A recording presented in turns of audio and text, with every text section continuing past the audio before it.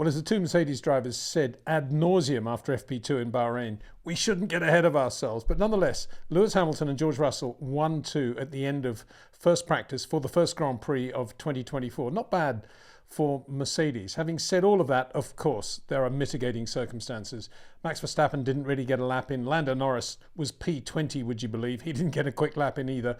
The real emphasis in that second session was on the long runs, and we'll get onto those in a millisecond.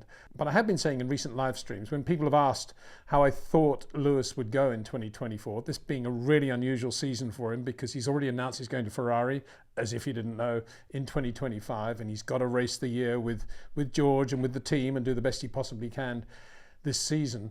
I have said that I thought he would be super relaxed and probably quicker and better than ever because all the pressure's off. It all began, of course, at Abu Dhabi 21, possibly the worst travesty of sporting justice we've seen in a long time. That isn't in any way to detract from Max Verstappen's World Championship. It's that specific day what Lewis Hamilton lost in Abu Dhabi 21. And I did say after that race that I thought it was only a matter of time before he would either retire or go to another team, and here he is going to Ferrari. But I think now that weight of Abu Dhabi is off his shoulders. He's made his decision, and of course now he's only thinking about the future, about that red car.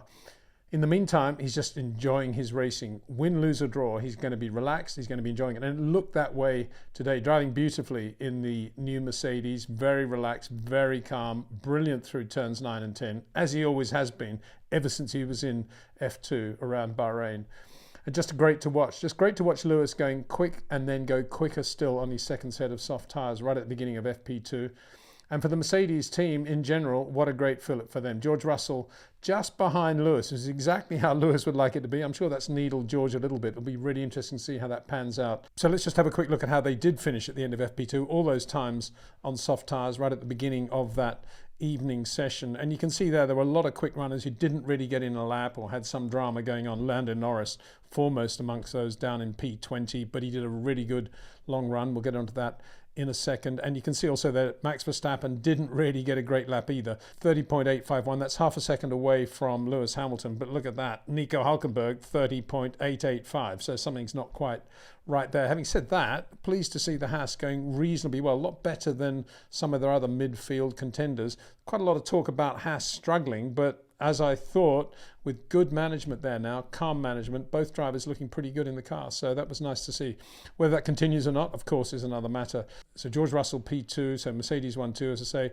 Fernando Alonso was quickest on the medium tyre in FP1 today, P3 in the afternoon, in the evening session. So good, promising day for Aston Martin. And then Carlos Sainz, 30.7 for Ferrari. Ferrari looking very good on full tanks, and both drivers looking reasonably good on the performance runs as well. Oscar Piastri 30.7, so McLaren's certainly in there as well. Oscar driving beautifully, as I said before, again through 9 and 10. It's very difficult to distinguish between him and Lewis and Max and Charles. He's looking that good through there. Really difficult section of road. Nico Hülkenberg, as I say, 30.8, very good for him. Then Lance Stroll in the Aston Martin. Charles Leclerc didn't get a lap in either, 31.113. A little bit frenetic his driving today, but I'm sure he'll relax going into the weekend. Well, it isn't actually, it's Friday and then into Saturday, isn't it? And Sergio Perez at 31.1, same sort of time as Charles Leclerc. So we shouldn't read too much into all of that. The real substance of the day was later in FP2 when they went out again on soft tyres because the ambient had dropped quite a lot in the evening, as it does in Bahrain, and the wind had dropped as well. Quite a gusty wind in FP1 made life quite difficult for a lot of teams. And FP2 we saw some impressive long runs. So let's have a look at how that performance of Mercedes translated into long runs, into the fuel runs, and indeed into race conditions. So Lewis Hamilton started with the 36.6, and he's in the high 36s, and then he goes to the low 37s, and he's doing 37.1, 37.4 by the end of the run. George starts in the high 36s as well, and about the same sort of pattern, 37.1, 37.5, 37.6, 37.3. So mirroring really what Lewis is doing with that car. Max Verstappen in the Red Bull, like Lewis, beginning in the mid 36s, but then he does a 36.5, 36.4, 36.6, And there's no tendency there towards a 37. Look at that, 36.6, 36.7, 39. That's a slow lap. He's getting the tyres back again, 42.0, then another 36.6. So when the two Mercedes drivers say after FP2, as they were, we shouldn't get ahead of ourselves, and the Red Bull looks really good on the long runs, that's exactly what they're talking about. Those consistent mid-36s that Max Verstappen's able to stitch together in that car, really, really impressive. Charles Leclerc, let's have a look at where Ferrari are now, because I suggested after testing that Ferrari would be focusing on performance runs, trying to get to the front of the grid, trying to be on the pole, and then see how they can perhaps dictate the race from there. So they're doing 37.2. They're starting a bit slower even than Mercedes, 37.2, 37.2. Then they're down to the mid 36s and back to the early 37s. So by halfway through the run, 2/3 of the way through the run, they're actually going quicker than Mercedes. So Ferrari will be quite pleased about that. They probably feel they haven't got quite enough performance out of the car yet, but Charles Leclerc didn't get in a perfect lap. And Carlos Sainz, and I don't have his runs up there, but he was really quick as well. So not a bad day at all for Ferrari. Aston Martin with Fernando Alonso, high 36s when the tyres are new, moving to 37s and then to mid 37s at the back end of the run. So behind Mercedes, behind Ferrari, but how do they compare with McLaren? Let's have a look at Lando Norris and Oscar Piastri. Lando, P20, so I'm sure not many people were actually watching what times he was doing with fuel in the car.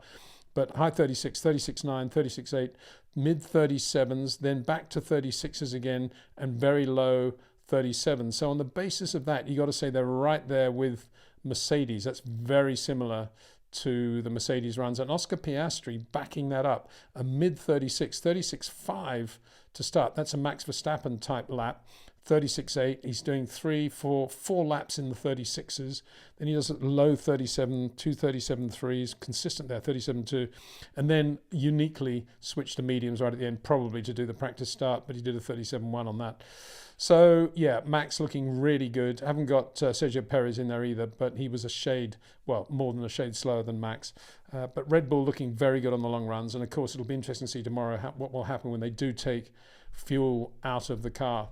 But it all began in a relatively straightforward way, as you would expect after 3 days of testing. It sounds quite luxurious, but in reality, of course, those were the only 3 days we're going to see all year. But in terms of the old days, that's about what they used to do before every Grand Prix. Hence, there was no real pattern to what was going on in FP1. Most of the runners ran medium tyres to get the car sorted and then kept the mediums on, new, used sets, to do reasonably long runs with fuel in the car towards the end. We'll have a look at those now. But a few of the runners did run soft tyres, notably the 2 McLaren drivers and the 2 Visa Cash app drivers. The quickest of those 4 was Daniel Ricciardo, which is good for his ego, of course, a little bit quicker than Yuki Tsunoda.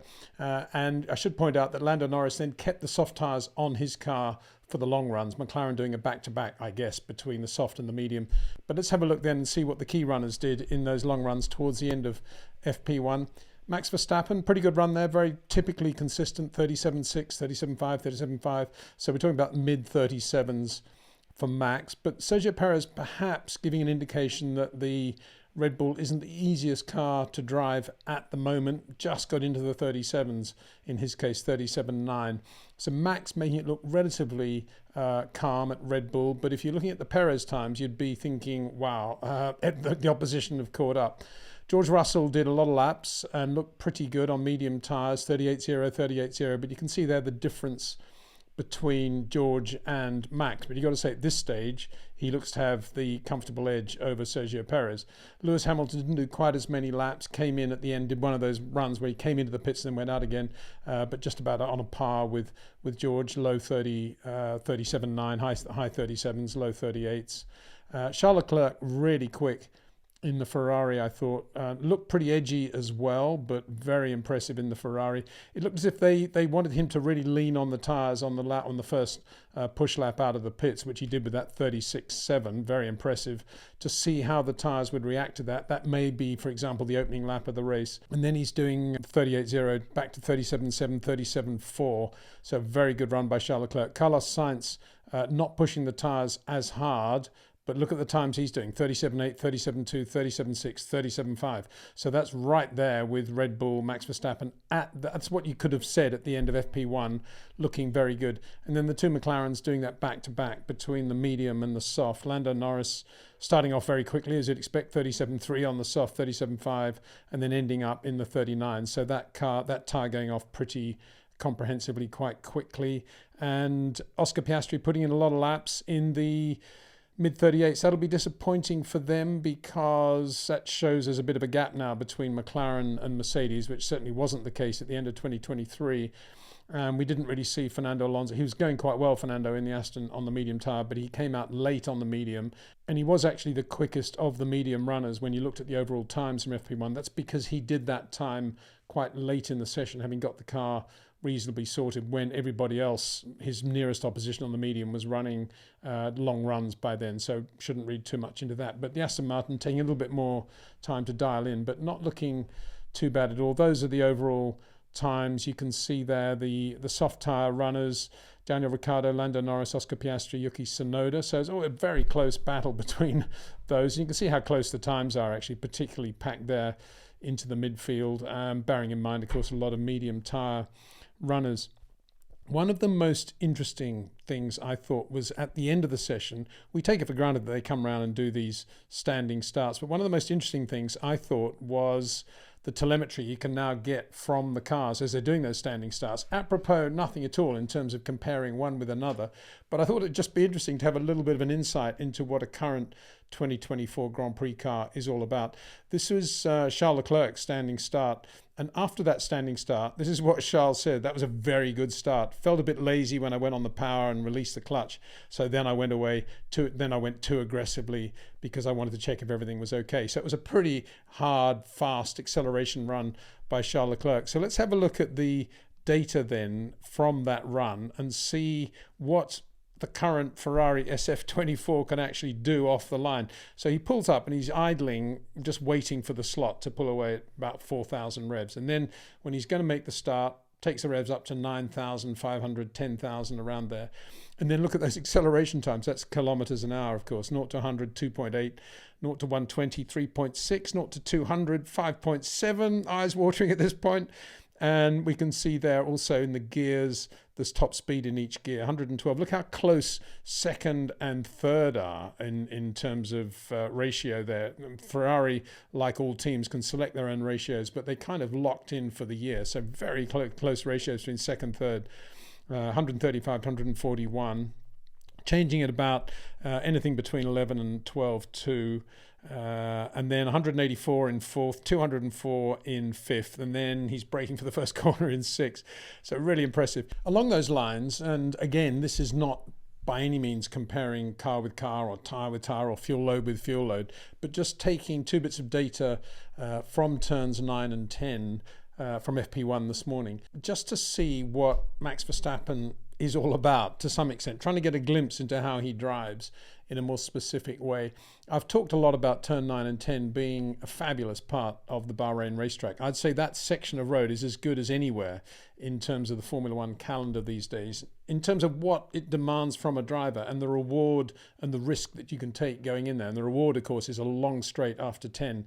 And if you've got a really good run, inevitably that's going to enable you to get an inside run into turn 11 if you've got a guy in front of you. And equally, if you're on your own, it gives you a nice clean entry exit out of 10. Very, very important corner on the circuit with that long straight. And that's the great thing about that section of road. But it's preceded, turn 10, this tight left-hander, it's preceded by a very fast kink. So inevitably, with the tyres going off and with the camber of the road and braking as hard as they are, it's very, very difficult to have the car absolutely free of load as you're braking. Inevitably, almost certainly, there's going to be load on the car. And the key there, of course, is to minimize the amount of load in the car when you're braking hard for turn 10. So it was interesting with the data we now have on screen to see the differences between Max Verstappen when he was going very quickly with a light fuel load on medium tyres, and Lando Norris, who was doing his quickest lap of the day on soft tyres. So going through turn 9, which is that left kink, Max is doing 252 kilometers an hour in 6th gear, and Lando 251. You wouldn't expect the soft tyre to be giving Lando any sort of advantage there, really. But as I saw it, Max at that point, in the middle of turn 9, just before they hit the brakes, is probably half a car's width to the right of Lando Norris, and weren't on the track exactly at the same time. But going through the apex there, Max is much further on the right than Lando, who's kind of taking a traditional apex line through 9. And as they go into turn 10, this is the interesting bit, I think. As they go into turn 10, they're both in the mid corner. They're about the same. But bear in mind, Lando's on soft tyres. And actually, middle of turn 10, Max is quicker. That's his minimum speed is 78 kilometers an hour. Lando Norris's is 75 kilometers an hour. And even more significantly, Max is in third gear and Lando in second gear. Now, again, you can't compare the two cars directly because they may well have different ratios, and second in the McLaren may not equal second in the Red Bull. But bearing in mind Max is on the harder tyre and in theory has less grip, I think it's amazing at that point that he's in third gear and he's just letting the car settle in third gear. And it's probably because, and we can only assume because there's no data to show this, and it's impossible even to see it from the onboards or indeed any of the camera locations they got, but it's probably because Max is getting a really efficient braking on the car because he's going through wider through 9, and then he's creating this area where he can get all 4 tyres absolutely square to the road when he's braking efficiently, and he's going in with virtually no load in the car at all, and he can just focus on extending the straight a little bit and then extending the straight coming out with no glitches whatsoever. Whereas Lando's going in and he's just looking to get in as quickly as he possibly can, going right down to second gear to get the car stopped, and then he's accelerating hard. And we can see the benefit of the soft tyre 50 metres away from turn 10. As they're both now accelerating hard, you can see Max, no chance. He's on the medium tyre. He's doing 153 in third gear. And at the same point, Lando's doing 174 in fourth. That's the advantage you have on the soft tyres. But this data's not there to show you the advantage on soft tyres. It's to show you how Max, even though he's on the medium tyre, is actually as quick as Lando in the middle of the corner and indeed going into the corner, slightly quicker, even though Lando's on the soft tyre.